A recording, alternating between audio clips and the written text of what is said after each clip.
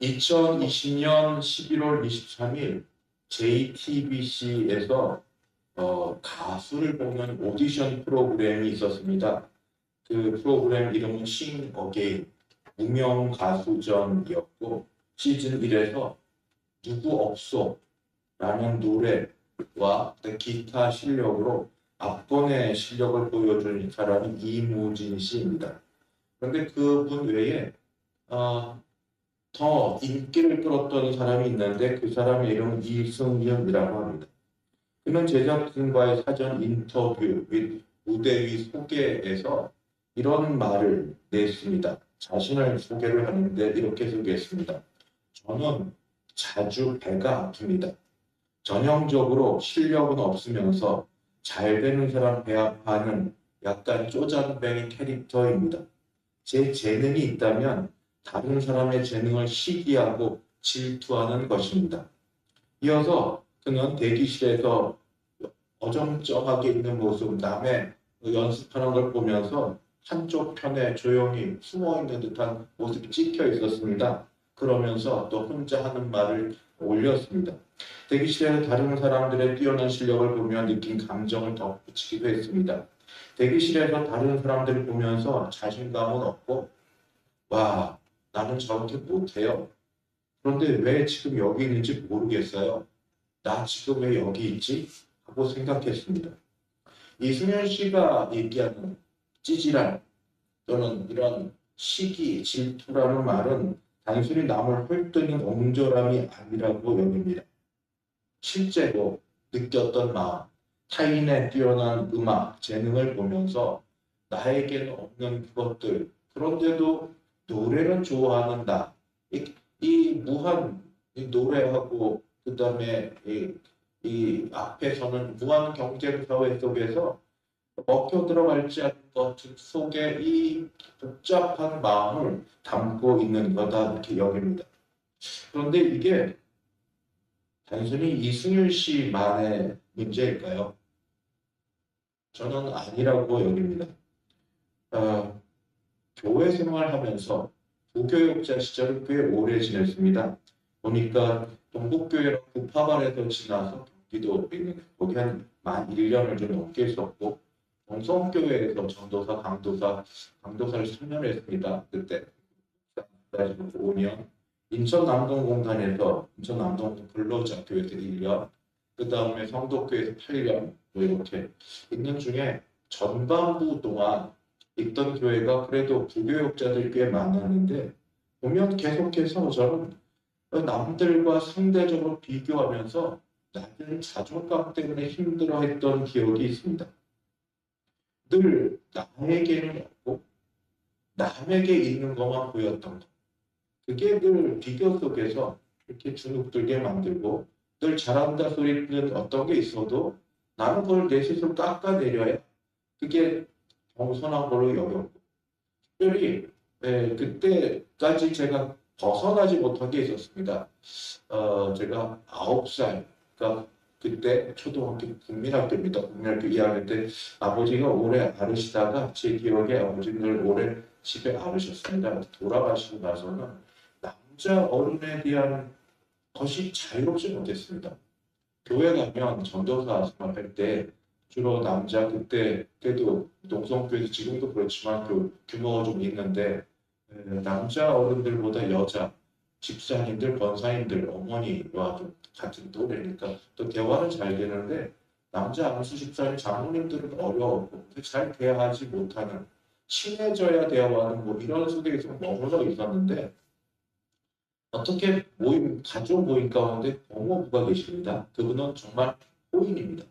늘 웃고 다니시고 싫은 소리 안 하시는 이야기인데 제가 그 이야기를 교회 생활 어떻게 하니 했더니 처음에 그분이 그런 말 한 게 너 이제 그런 얘기 좀 그만해.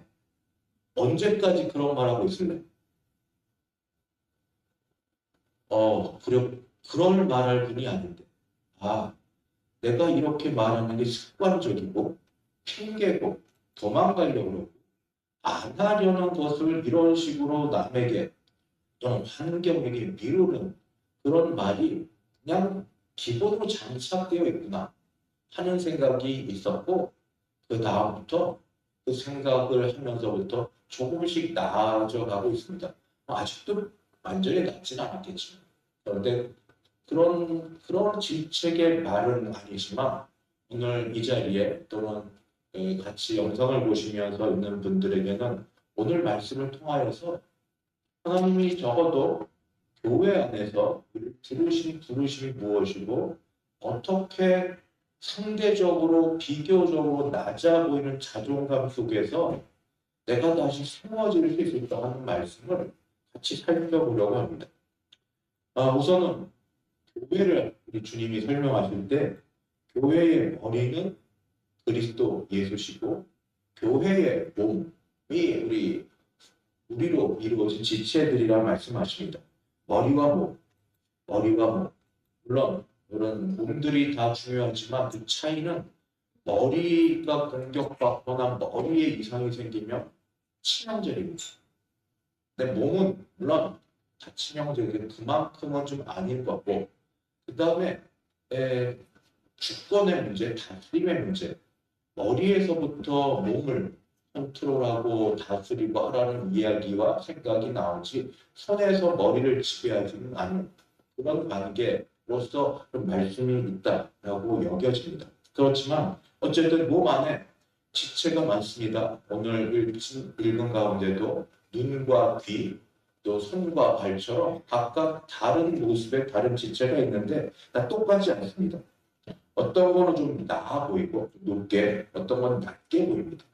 별것 아닌데 차별이 있는 것 같아 보이고 상대적 열등감과 우월감 속에 있고 그때 갈등이 있을 수밖에 없습니다. 세상 속에는 이런 이야기를 들어보셨죠? 이석우합니다. 사슴이 연못가에서 물을 마시고 있었습니다. 연못 물에 비춰진 자기 모습을 보고 이 사슴은 이 모순적인 모습에 우쭐했다가 그 다음에 기분이 쭉 나빴습니다. 사슴은 왕관같이 멋지게 나온 뿔을 보고 자랑스러운 모습이 걸렸던 생각이 들었습니다. 그러나 아주 가느다란 다리를 보고는 영 마음에 들지는 않았습니다. 왜 내 다리는 이렇게 보잘것없이 얇고 길기만 할까? 이 뿔처럼 멋있으면 얼마나 좋아. 그러던 차에 먹이를 찾던 사자가 물을 마시고 있던 사슴을 보고 속도로 달려들었습니다. 눈치를 챈 사슴은 도망갔습니다. 성지를 달릴 때 사슴의 빠른 발은 사자의 그 다리 걸음으로 따라잡을 수가 없었습니다. 사자를 거의 따돌릴 즈음에 사슴은 숲속으로 들어가게 되었는데 이건 웬걸 그렇게 자랑스럽게 매겼던 뿔이 나뭇가지에 걸려서 옴짝달싹 못하게 되었습니다. 그리고 그 뿔 때문에 사슴은 사자에 의해서 잡혀 죽게 되었습니다. 사슴의 마지막 말 보잘것없는 내 다리는 나를 살렸는데 자랑스러웠던 내 뿔이 나를 죽게 만들었구나. 이석 5화에 나오는 말들을 기억하실 겁니다. 오늘 혼자 지내는 게 아니라 교회 안에서 같이 생활하면서 왜 누구는 저런 은사를 잊어버린 은사를 나에게는 이렇게 별걸 없는 걸 주시나 하고 여길 때 거기에 대해 할 말이 있습니다. 바로 무엇이냐면 먼저 12장 11절을 먼저 보시면 이렇게 됩니다. 12장 11절 이 모든 일은 같은 한 성령이 행하사 그의 뜻대로 각 사람에게 나누어 주시는 것입니다. 결국 은사는 내가 원해서 내가 바라는 대로 다 주어진 것이 아니라 하나님의 주권, 그 성령에 의해서 그렇게 주어진 겁니다. 성령이 주신 겁니다. 우선 기본으로 생각할 거는 따지려면 하나님께 마냥 따지려면 따질 수 있겠지만 나중에 말씀드리고 은사는 성령이 주신 것입니다. 성령이. 그래서 성령이 주신 것이다 하는 것이 먼저 생각이 있어야 됩니다. 내 마음대로 내 뜻대로 되는 게 아니다 하는 것이고 두 번째는 이렇게 다양한 그리고 여러 달라 보이는 은사를 주신 하나님의 어떤 역설의 진리가 있습니다. 역설의 진리를 뭐라고 표현하시냐면 약한 것이 더 요긴하다. 덜 귀히 여기는 게 더 귀히 여김을 받는다. 아름답지 못한 게 더 아름다움을 얻게 된다 하는 세상과 전혀 다른 기준의 그런 역설의 진리를 보여주십니다. 오늘 말씀 가운데 바로 이렇게 됩니다. 22절. 그뿐 아니라 더 약하게 보이는 몸의 지체가 도리어 요긴하고 우리가 몸에 덜 귀히 여기는 그것들을 더 귀한 것들로 입혀주며 우리의 아름답지 못한 지체는 더욱 아름다운 것을 얻느니라. 이게 웬 말도 안 되는 말일까? 그런데 이거는 이 약하게 보이는 지체가 갑자기 뭐 운동을 하거나 어떤 좋은 약을 먹거나 해서 강해 보이는 게 아니고 덜 귀히 여기는 지체가 분발해서 열심히 힘을 내서 더 귀히 쓰이는 게 아니고 아름답지 못한 지체가 뭐 화장을 하고 하여튼 곱게 보려고 해서 되는 게 아니라는 겁니다. 그게 아니라 이 모든 은사를 하나님 주셨던 것처럼 하나님이 이들을 약한 걸 보충시켜주는 이유가 하나 고르게 하려고 몸을 고르게 공동체를 고르게 하려고 하나님이 그렇게 하신다는 겁니다. 28절 우리 아름다운 지체는 그럴 필요가 없느니라 다음에 오직 하나님이 몸을 고르게 하여 부족한 지체의 귀중함을 더하사 고르게 하는 이유가 뭐냐면 이 적어도 교회라는 몸의 공동체의 특징이 있는데 상호 의존의 공동체를 만드셨다. 나 혼자 독립적으로 독불장군으로 지내는 게 아니라 어떤 지체든 상호 의존할 수 있는 그런 상태로 만든 게 이 영적인 신령한 몸은 교회입니다. 교회. 14절 이후에 오직 하나님 몸을 고르게 하여 부족한 지체의 귀중함을 더하사 몸 가운데 분쟁이 없고 오직 여러 지체가 서로 같이 돌보게 하셨느니라. 서로 돌보고 돌봄을 받는 지체. 이게 교회입니다. 하나님이 그렇게 하셨습니다. 하나님이 이렇게 만드셨습니다. 그래서 이런 사실을 깨닫고 난 다음부터는 부족한 건 부족하다고 여기면 됩니다. 못한다고 하면 됩니다. 물론 못하기 때문에 못한 것 핑계로 게을러지고 아무것도 안 하겠다는 건 말이 안 되지만 그런 어떤 질적 차이, 어떤 격의 차이, 어떤 넘을 수 없는 것들이 있어요. 그런 것들. 그러면 인정하는 거죠. 나는 못하고 나는 부족하지만 저 사람은 잘하는데 하나님이 저 사람을 세워주셨으니 세워주신 하나님을 인정하는 것처럼 그 사람을 인정하는 겁니다. 서로가 그렇게 서로 인정하여 고르게 하는 것 이렇게 만약 그렇게 하는 이유가 이게 한 몸이라는 것 때문에 제가 이건 몸으로 철저히 경험한 건데 만약에 교회 내에서 내가 좀 정말 양심에 그런 게 없는데 내가 좀 미워하는 사람이 있다 해도 미워해서 만약에 안 되잖아요. 결론이 뭔지 아세요? 내가 힘들어요. 쉽게 얘기하면 가족으로 얘기해 볼까요? 하나님이 공동체를 두 개를 주셨습니다. 하나는 교회고 하나는 가족입니다. 가족의 자식들이 늘 부모 말을 잘 듣는 것도 아니고 딱 자기 나름대로 독립적으로 지내면서 말을 안 듣기도 하고 부부 사이에 늘 좋은 게 있지 않기도 하죠. 화가 나고 싸우고 다투기도 하지만 그렇다고 해서 한쪽이 안 돼 보세요. 그럼 나는 너무 기분 좋습니까? 자식이 말을 안 들어서 다쳐오면 이건 너무 잘 됐다. 내 말 안 듣더라. 아내나 남편이 뭐 안 돼서 그러면 그거 봐. 막 말로 그렇게 할지 모르나? 돌아오면 다 내 거예요. 고통을 같이 질 수밖에 없는 공동체인 거예요. 한 몸이고 한 가족이니까. 교회가 다릅니까? 어느 분이 마음에 안 들 수 있습니다. 어느 분이 되게 싫을 수 있습니다. 근데 그건 걸로 그쳐야지. 그래서 만약에 안 되는 거 좋아하고 막 그러면 우선 하나님 두려워요. 내가 누구 미워하고 싫었는데 잘한다고 즐거워하면 하나님이 그것을 나한테 옮기실까 하는 두려움이 있고 두 번째 현실적으로 결국 그 사람이 못하면 내가 해야 돼. 돌고 돌아서. 내가 해야 되잖아. 누가 하겠어. 그 사람이 나을 때까지 그 사람이 괜찮아질 때까지 신은 서로 나눠지는 범위에 상호 의존적으로. 그래서 하는 결론은 누구도 자랑하지 못한다. 일어섰다 하는 자도 넘어질까 조심해야 되고, 넘어진 자는 늘 넘어지지 않을 거라는. 왜냐하면 하나님이 모든 걸 다스리시고 하나님이 주관하시니까, 은사를 하나님이 주시고 하나님이 주권적으로 하시니까 바로 그겁니다. 그래서 26절이 그것을 한마디로 이렇게 결론적으로 얘기합니다. 만일 한 지체가 고통을 받으면 모든 지체가 함께 고통을 받는 게 교회입니다. 내 마음 나하고 안 맞은, 내가 미워하면 아무 상관없어요. 교회는 이런데요.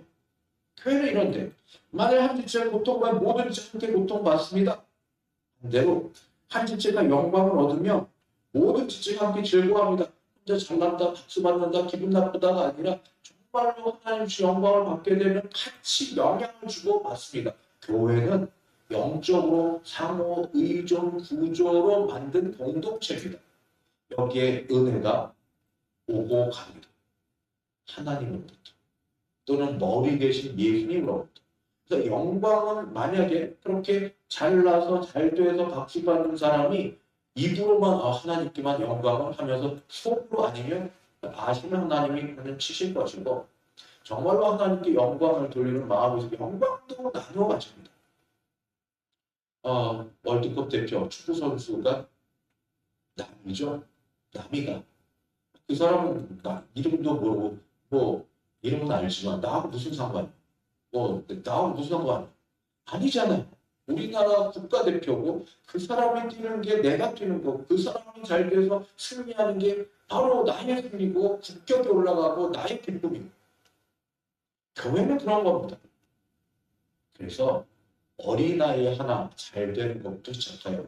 어른들 몸 건강 회복하는 데 이르기까지 같이 기뻐하고 같이 마음 아파하고 같이 힘들어하는 것. 이게 교회가 은혜를 통로 삼아서 상호 의존적으로 이렇게 서로 주고받을 수 있도록 만들어 놨다 하는 바로 그런 특징이 교회에 있다는 겁니다. 마지막 거기에 하나 더. 그러면서 지금 사도 바울은 마지막에 들어보셨던 것처럼 이 질문과 또 생각해 볼 거를 줍니다. 은사와 열매에 관계. 은사와 열매. 이 은사와 열매가 공통적으로 만나는 게 딱 하나가 있는데 사랑입니다. 12장 읽지는 않았는데 마지막 절 31절 너희는 더욱 큰 은사를 선호하라. 앞에 은사가 있었습니다. 뭐냐면 28절 직분을 따라 사도, 선지자, 능력, 병 고치는 은사, 서로 돕는 것, 다스리는 각종 방언 이렇게 다 있는데 은사, 방언, 통역 얘기하면서 그다음 하시는 말씀이 더 큰 은사를 사모하라. 내가 또 가장 좋은 길을 너에게 보고 있다. 그러니까 저는 이 성화가 그리고 교회 부흥이 어디에 있느냐면 전도하여서 교회에 와서 말씀을 듣고 지내는 가운데 열심히 일을 하는 데도 있지만 바로 성화의 과정 속에 들어가 있을 때에 교회가 교회다워져. 그게 바로 사랑이죠. 사랑은 은사면서 열매입니다. 사랑은 은사면서 열매입니다. 왜? 사랑하면 자랑하지 않고요. 사랑하면 무례하지 않고요. 사랑하면 싸우지 않고요. 사랑하면 서로의 유익을 받고, 사랑하면 그냥 다 됩니다. 이렇게. 그런데 이거를 사도 바울은 마지막에 결정적으로 은사는 하나님의 주권이니까 알아서 주시는 거고 너희는 가만히 있어가 아니라 은사를 사모하라. 더 큰 은사를 사모하라 하셨으니 사모하는 심령과 부르짖으며 현재 내가 갖고 있는 은사 중에 꼭 다른 은사를 더해 주실 수도 있겠고, 그런데 마지막에 그 말씀에 이어지는 은사, 더 큰 은사인 사랑은 확실히 하나님 우리에게 더하여 주실 걸 믿으니 우리가 이 더 큰 은사, 더 좋은 은사인 그러면서도 열매와도 공통이 되는 사랑으로 하면 덮어주고 그냥 가고, 그게 뭐 나쁜 거를 잘못한 그게 아니라 부모 마음으로, 형제자매 마음, 형제자매끼리 싸워도 남한테는 그게 아니잖아요. 그렇게 되면 교회가 그리스도를 머리로 더 좋은 교회가 될 거라고 이렇게 믿습니다. 말씀을 맺겠습니다. 우선 은사는 각각 다양한데 삼성령이 우리에게 주셨습니다. 교회를 유익하게 하려, 교회를 유익하게 하려, 교회의 유익을 위해 교회에 주셨기 때문에 유익이 안 되면 주셨다가 폐하시기도 합니다. 주신 은사를 사용하지 않으면 소멸되기도 합니다.